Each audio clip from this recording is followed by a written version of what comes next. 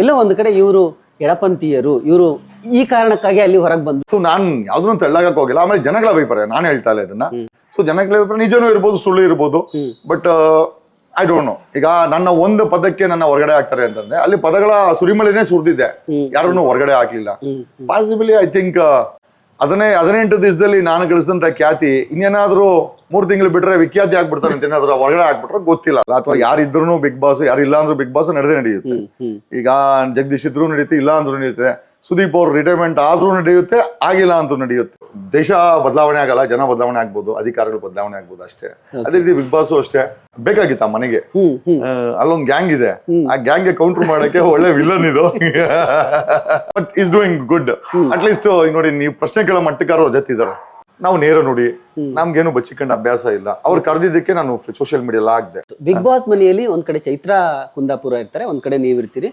ನಿಮ್ಮನ್ನ ಹೊರಗೆ ಕಳಿಸಿದ ನಂತರ ಸೋಷಿಯಲ್ ಮೀಡಿಯಾಗಳಲ್ಲಿ ಎಷ್ಟೋ ಚಾನೆಲ್ಗಳಲ್ಲಿ ವಿಡಿಯೋಗಳು ಬರುತ್ತೆ. ಅಂದ್ರೆ ಎಲ್ಲೋ ಒಂದು ಕಡೆ ಇವರು ಎಡಪಂಥೀಯರು, ಇವರು ಈ ಕಾರಣಕ್ಕಾಗಿ ಅಲ್ಲಿ ಹೊರಗೆ ಬಂದ್ರು, ಚೈತ್ರ ಕುಂದಾಪುರನ್ನ ಸೇಫ್ ಗಾರ್ಡ್ ಮಾಡ್ತಿದ್ದಾರೆ, ಇನ್ನೇನೋ ಮಾಡ್ತಿದ್ದಾರೆ ನಂತರ ಒಂದಷ್ಟು ಚರ್ಚೆಗಳಾಯ್ತು. ನಾನು ಸುಮ್ಮನೆ ಗಮನಿಸಿದ್ದು. ಇಲ್ಲ, ಪಾಸಿಬಲ್ ಇರ್ಬೋದು. ಈಗ ಸೊ ನಾನು ಯಾವ್ದನ್ನು ತೆಳ್ಳಗಕ್ಕೆ ಹೋಗಿಲ್ಲ. ಆಮೇಲೆ ಜನಗಳ ಅಭಿಪ್ರಾಯ, ನಾನು ಹೇಳ್ತಾ ಇಲ್ಲ ಇದನ್ನ. ಸೊ ಜನಗಳ ಅಭಿಪ್ರಾಯ ನಿಜನೂ ಇರ್ಬೋದು, ಸುಳ್ಳು ಇರ್ಬೋದು. But I don't know. ಈಗ ನನ್ನ ಒಂದು ಪದಕ್ಕೆ ನನ್ನ ಹೊರಗಡೆ ಹಾಕ್ತಾರೆ ಅಂತಂದ್ರೆ ಅಲ್ಲಿ ಪದಗಳ ಸುರಿಮಳೆನೇ ಸುರಿದಿದೆ, ಯಾರನ್ನು ಹೊರಗಡೆ ಹಾಕ್ಲಿಲ್ಲ. ಪಾಸಿಬಲಿ ಐ ಥಿಂಕ್ 18 ದಿವಸದಲ್ಲಿ ನಾನು ಗಳಿಸಿದಂತ ಖ್ಯಾತಿ ಇನ್ನೇನಾದ್ರೂ 3 ತಿಂಗಳು ಬಿಟ್ರೆ ವಿಖ್ಯಾತಿ ಆಗ್ಬಿಡ್ತಾರೆ ಅಂತ ಏನಾದ್ರು ಹೊರಗಡೆ ಹಾಕ್ಬಿಟ್ರೆ ಗೊತ್ತಿಲ್ಲ ಸರ್. ಏನೋ no comments on Big Boss. But 18 ದಿವಸದಲ್ಲಿ ಅವರು 3 ತಿಂಗಳಲ್ಲಿ ಏನ್ ಸಾಧನೆ ಮಾಡಕ್ಕಾಗುತ್ತೋ ಬಿಡುತ್ತೋ ಅದನ್ನ ಸಾಧನೆ ಮಾಡಿದೀವಿ. ನಮ್ಗೆ ಜನ ಒಪ್ಕೊಂಡಿದ್ದಾರೆ. ಬಿಗ್ ಬಾಸ್ಗೆ ನಾನು ಥ್ಯಾಂಕ್ಸ್ ಹೇಳಬೇಕು. ಸರಿನೋ ತಪ್ಪ ಹೊರಗಡೆ ಹಾಕಿದ್ದಕ್ಕೆ ಬೇಜಾರಿರ್ಬೋದು, ಅಥವಾ ಜನರಿಗೆ ಬೇಜಾರಾಗಿರ್ಬೋದು. But at the same time ನನಗೆ ಕೊಟ್ಟಂತ ಸಮಯದಲ್ಲಿ ಐ ಡನ್ ಬೆಸ್ಟ್ ಅಂಡ್ ಜನ ಅದನ್ನ ರಿಸೀವ್ ಮಾಡಿದ್ದಾರೆ. ನಿಜ, 2 ವಾರದಲ್ಲಿ ಕ್ರಶ್ ಆಫ್ ಕರ್ನಾಟಕ ಆಗ್ಬಿಡ್ತೀವಿ. ರಶ್ಮಿಕಾ ಮಂದಣ್ಣ ಎಷ್ಟೋ ವರ್ಷ ಸಿನಿಮಾದಲ್ಲಿ ಕೆಲಸ ಮಾಡಿ ಕರ್ನಾಟಕ ಕ್ರಶ್ ಅಂತ ಬಿರುದು ತಗೊಂಡಿದ್ದು. ಸೊ ಈಗ 91 ಡೇಸ್ ಆಗಿದೆ. 91 ಡೇಸ್ ಅಲ್ಲಿ 95 ಡೇಸ್ ಕ್ರಾಸ್ ಆಯ್ತು. ಈಗ ನೋಡ್ತಿದ್ದೀರಾ ಬಿಗ್ ಬಾಸ್ನ ನೀವು? ಅವಾಗ ಸ್ವಲ್ಪ ಗಮನಿಸ್ತಾ ಇದ್ದೀನಿ. ಓಕೆ. ಈಗ ಏನ್ ಅನ್ಸುತ್ತೆ ನಿಮ್ಗೆ ಈಗ ಬಿಗ್ ಬಾಸ್ ನೋಡುವಾಗ? ಮಾಡ್ತಾ ಇದಾರೆ ಸರ್. ಈಗ ನಾವು ಯಾರ ಜೊತೆ ಕಂಪೇರ್ ಮಾಡ್ಲಿಕ್ಕೆ ಆಗಲ್ಲ. ಅಥವಾ ಯಾರಿದ್ರು ಬಿಗ್ ಬಾಸ್, ಯಾರು ಇಲ್ಲ ಅಂದ್ರೂ ಬಿಗ್ ಬಾಸ್ ನಡೆಯುತ್ತೆ.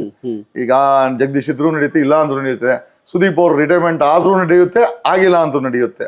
ಆಗಿಲ್ಲ ಅಂತಂದ್ರೆ ಅವರೇ ನಡೆಸ್ತಾರೆ, ಆದ್ರೆ ಬೇರೆಯವ್ರು ನಡೆಸ್ತಾರೆ. ಹಾಗಾಗಿ ಯಾವ್ದು ಶಾಶ್ವತ ಅಲ್ಲ ಸರ್. ಬದಲಾವಣೆ ಜಗದ ನಿಯಮ.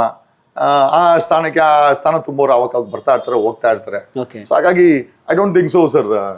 ದೇಶ ಬದಲಾವಣೆ ಆಗಲ್ಲ, ಜನ ಬದಲಾವಣೆ ಆಗ್ಬೋದು, ಅಧಿಕಾರಿಗಳು ಬದಲಾವಣೆ ಆಗ್ಬೋದು ಅಷ್ಟೇ. ಅದೇ ರೀತಿ ಬಿಗ್ ಬಾಸ್ ಅಷ್ಟೇ ವ್ಯಕ್ತಿಗಳು ಬದಲಾವಣೆ ಆಗ್ಬೋದು, ಆ ಬಿಗ್ ಬಾಸ್ ಪ್ಲಾಟ್ಫಾರ್ಮ್ ಹಂಗೆ ಇರುತ್ತೆ ಅಂತ ನನಗೆ ಅನ್ಸುತ್ತೆ. ನಿಮ್ ಪ್ರಕಾರ ಈಗಿರೋರಲ್ಲಿ ಯಾರು ಟಾಪ್ 5 ಹೋಗ್ಬೋದು ಅಂತ ಅನ್ಸುತ್ತೆ ಸರ್? ಹನುಮಂತ ಐ ಥಿಂಕ್ ಅವನು ಹನುಮಂತ ಒಬ್ಬನ ಬಗ್ಗೆ. ಮತ್ತೆ ಅದು ಹೊಸದಾಗ ಹೋದ್ನಲ್ಲ ರಜತ್, ಅವನು ಆತ ಹೋಗ್ಬೋದು ಅಂತ ಅನ್ನಿಸ್ತಾ ಇದೆ. ಬಟ್ ಬೇರೆಯವ್ರ ಬಗ್ಗೆ ಏನಂತ ಐಡಿಯಾ ಇಲ್ಲ ಸರ್. ಐಡಿಯಾ ಇಲ್ಲ. ರಜತ್ ಅಲ್ಲಿ ಏನ್ ಗುಣ ಇಷ್ಟ ಆಯ್ತು ನಿಮ್ಗೆ ಆಕ್ಚುಲಿ? ಇಲ್ಲ, ರಜತ್ ಒಂದಷ್ಟು ಹೈಪ್ ಆಗಿ ಒಂದಷ್ಟು ಏನೋ ಮಾಡ್ತಾ ಇದಾರೆ. ಬೇಕಾಗಿತ್ತ ಮನೆಗೆ. ಅಲ್ಲೊಂದು ಗ್ಯಾಂಗ್ ಇದೆ, ಆ ಗ್ಯಾಂಗ್ ಗೆ ಕೌಂಟರ್ ಮಾಡಕ್ಕೆ ಒಳ್ಳೆ ವಿಲನ್ ಇದು. ಸೊ ನೋಡ್ದಂಗೆ ಆಗುತ್ತೆ. ನಿಮ್ಮ ರಿಪ್ಲೇಸ್ಮೆಂಟ್ ಅಂತ ಇರ್ಬೋದು ಸರ್, ಇರ್ಬೋದು. But is doing good. At least ನೋಡಿ, ನೀವು ಪ್ರಶ್ನೆ ಕೇಳೋ ಮಟ್ಟಕ್ಕಾರು ಜೊತೆ ಇದಾರೆ ಅಲ್ವಾ? ಹನುಮಂತಿ ಅವರು ಅಷ್ಟೇನೆ. ಉತ್ತರ ಕರ್ನಾಟಕದ ಹುಡುಗ, ಹಾವೇರಿ ಅವನು ಅನ್ಸುತ್ತೆ, ಮೋಸ್ಟ್ಲಿ ಹಾವೇರಿ ಹುಡುಗನು. ಐ ಥಿಂಕ್ ಗೆದ್ರೆ ಅವನೇ ಗೆಲ್ಬೇಕು ಸರ್. ನಿಜವಾಗ್ಲೂ ಉತ್ತರ ಕರ್ನಾಟಕ ನಾವು ಮಾನ್ಯ ಕೊಟ್ಟಂಗಾಗುತ್ತೆ. ಹೆಚ್ಚಿನ ಉತ್ತರ ಕರ್ನಾಟಕದ ಹುಡುಗರು ಬಿಗ್ ಬಾಸ್ ಅಲ್ಲಿ ಪಾರ್ಟಿಸಿಪೇಟ್ ಮಾಡಕ್ಕೆ, ಹುಡುಗರು ಹೆಣ್ಮಕ್ಳಿಗೆ ಏನ್ ಕಡಿಮೆ ಐತೆ, ಪಾರ್ಟಿಸಿಪೇಟ್ ಮಾಡ್ಲಿ. ಸೊ ಉತ್ತರ ಕರ್ನಾಟಕಕ್ಕೆ ಒಂದು ಕೊಡುಗೆ ಆಗ್ಲಿ ಬಿಗ್ ಬಾಸ್ ಅಂತ ನಮ್ಮ ಒಂದು ಪ್ರೇಯರ್ಸ್ ಅಷ್ಟೇ. ಅದಾಗೋದು ಬಿಡೋದು ಅವ್ರಿಗೆ ಬಿಟ್ಟಿದ್ದು. ಬಟ್ ಡೆಫಿನೆಟ್ಲಿ ಹನುಮಂತ ಗೆದ್ರೆ ತುಂಬಾ ಒಳ್ಳೇದು ಅಂತ ನನ್ಗೆ ಅನಿಸ್ತಾ ಇದೆ. ತುಂಬಾ ಒಳ್ಳೇದು.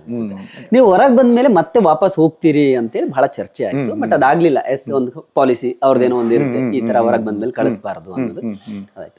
ಬಟ್ ಅದಾದ್ಮೇಲೆ ಒಂದು ಚರ್ಚೆ ಶುರುವಾಯ್ತು, ಒಂದು ಸುದ್ದಿ. ಹಿಂದೆ ಬಿಗ್ ಬಾಸ್ಗೆ ಜಗದೀಶ್ ಅವ್ರು ಎಂಟ್ರಿ ಕೊಡ್ತಾರೆ ಅಂತ. ಏನಾಯ್ತು? ಅದೇನ್ ಚರ್ಚೆ ಆಗಿತ್ತಾ ಅಥವಾ ಬರೀ? ಇಲ್ಲ, ಅದು ಆ ಕಡೆಯಿಂದ ಒಂದು ಕಾಲ್ ಬಂದಿತ್ತು. ಫೋನ್ ಆಡಿಷನ್, ಹಿಂದಿ ಬಗ್ಗೆ ಒಂದು ಆಡಿಷನ್ ಕೇಳಿದ್ರು, ಕೊಟ್ವಿ. ಅದನ್ನ ಕೊಟ್ಟಿದ್ದೆ. ಹಿಂದಿನಲ್ಲಿ ಒಂದು ½ an hour ಆಡಿಷನ್ ಕೇಳಿದ್ರು. ಸೊ ಕೊಟ್ವಿ ಅದನ್ನ. ಸೊ ತದನಂತರ ಏನ್ ಗೊತ್ತಲ್ಲ ಸರ್, ಈಗ ನಾವೆಲ್ಲ ತುಂಬಾ ಸಣ್ಣವ್ರು ಈ ಒಂದು ಫೀಲ್ಡ್ಗೆ, ಈ ಸಿನಿ ರಂಗಕ್ಕೆ ತುಂಬಾ ಸಣ್ಣವ್ರು. ನಾವು ನೇರ ನೋಡಿ, ನಮ್ಗೇನು ಬಚ್ಚಿಕೊಂಡ ಅಭ್ಯಾಸ ಇಲ್ಲ. ಅವ್ರು ಕರೆದಿದ್ದಕ್ಕೆ ನಾನು ಸೋಷಿಯಲ್ ಮೀಡಿಯಾ ಆಗ್ದೆ, ಕರೆದ್ರ ಅಂತ. ತದನಂತರ ಆಡಿಷನ್ ಆಯ್ತು, ಫೋನ್ ಆಡಿಷನ್ ಆಯ್ತು. ತದನಂತರ ಏನು ಡೆವಲಪ್ಮೆಂಟ್ ಆಗ್ಲಿಲ್ಲ. ನಾನು ಸುಮ್ಮನೆ ಅದೇ. So it was just good. At least ಕನ್ನಡಿಗರು ಬಾಲಿವುಡ್ ಅಲ್ಲಿ ಡಿಮ್ಯಾಂಡ್ ಅವ್ರೆ ಅಂತ ಒಂದು ಖುಷಿ ಆಯ್ತು. ಅಲ್ವಾ? ಬಿಡಿ, ಅದು ನಮ್ಮನ್ನ ಕರೆದ್ರು ಸಂತೋಷ, ಕರ್ದಿಲ್ಲ ಅಂದ್ರೂ ಸಂತೋಷ, ಏನ್ ಸಮಸ್ಯೆ ಇಲ್ಲ. ಓಕೆ.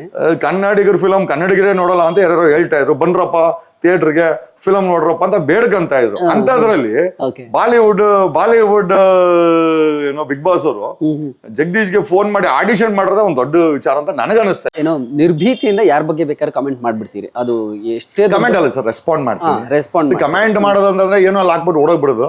ಕರೆಕ್ಟ್. ಸೊ ರೆಸ್ಪಾಂಡ್ ಅಂತ ನಾನು ಅನ್ಕೊಂತೀನಿ ಸರ್. ಓಕೆ. ಯಾಕಂದ್ರೆ ಏನೇ ರೆಸ್ಪಾಂಡ್ ಮಾಡಿದ್ರು ಅಲ್ಲಿ ಸ್ಟ್ಯಾಂಡ್ ಆಗ್ತೀವಿ. ಆಮೇಲೆ ಅದೇನೋ ಹೇಳ್ತಾರಲ್ಲ, ಡಿಫೈನ್ ಮಾಡ್ಕೊಂತೀರಿ. ಹಿಟ್ ಅಂಡ್ ರನ್ ಕೇಸ್ ಇಲ್ಲ ನಾನು. ಡಿ ಕೆ ಶಿವಕುಮಾರ್ ಯಾವಾಗಲೂ ಹೇಳ್ತಿರ್ತಾರೆ ಹಿಟ್ ಅಂಡ್ ರನ್ ಅಂತ. ನಾವು ಹಿಟ್ ಅಂಡ್ ರನ್ ಕೇಸ್ ಇಲ್ಲ. ಓಕೆ. ಏನೇ ಮಾತಾಡಿದ್ರು ಅಥವಾ ಏನೇ ರೆಸ್ಪಾಂಡ್ ಮಾಡಿದ್ರು we define on take that stand. Okay. ಅದು ಸರಿನೋ ತಪ್ಪೋ. ಈ ರವಿ ಡಿಸನ್ ಕೇಸಲ್ಲಿ ನನಗೆ ಜೈಲ್ಗೆ ಹಾಕರು, ನಾನು ಚೇಂಜ್ ಆಗಿಲ್ಲ.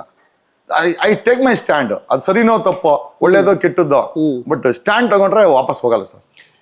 ಹಾಯ್ ಎಲ್ರಿಗೂ ನಮಸ್ಕಾರ, ನಾನು ನಿಮ್ಮ ಅನುಷಾ ರೈ.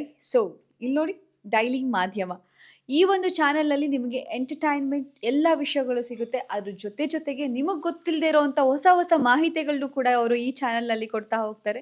ನಿಮಗೆ ರಂಜಿಸೋದಕ್ಕೆ ಯಾವುದೇ ವಿಷಯದಲ್ಲೂ ಮೋಸ ಆಗಲ್ಲ. ದಯವಿಟ್ಟು ಡೈಲಿ ಮಾಧ್ಯಮ ಯೂಟ್ಯೂಬ್ ಚಾನಲ್ನ ಸಬ್ಸ್ಕ್ರೈಬ್ ಮಾಡಿ, ಸಪೋರ್ಟ್ ಮಾಡಿ ಅಂತ ನಾನು ಈ ಮೂಲಕ ಕೇಳ್ಕೊಳ್ತೀನಿ.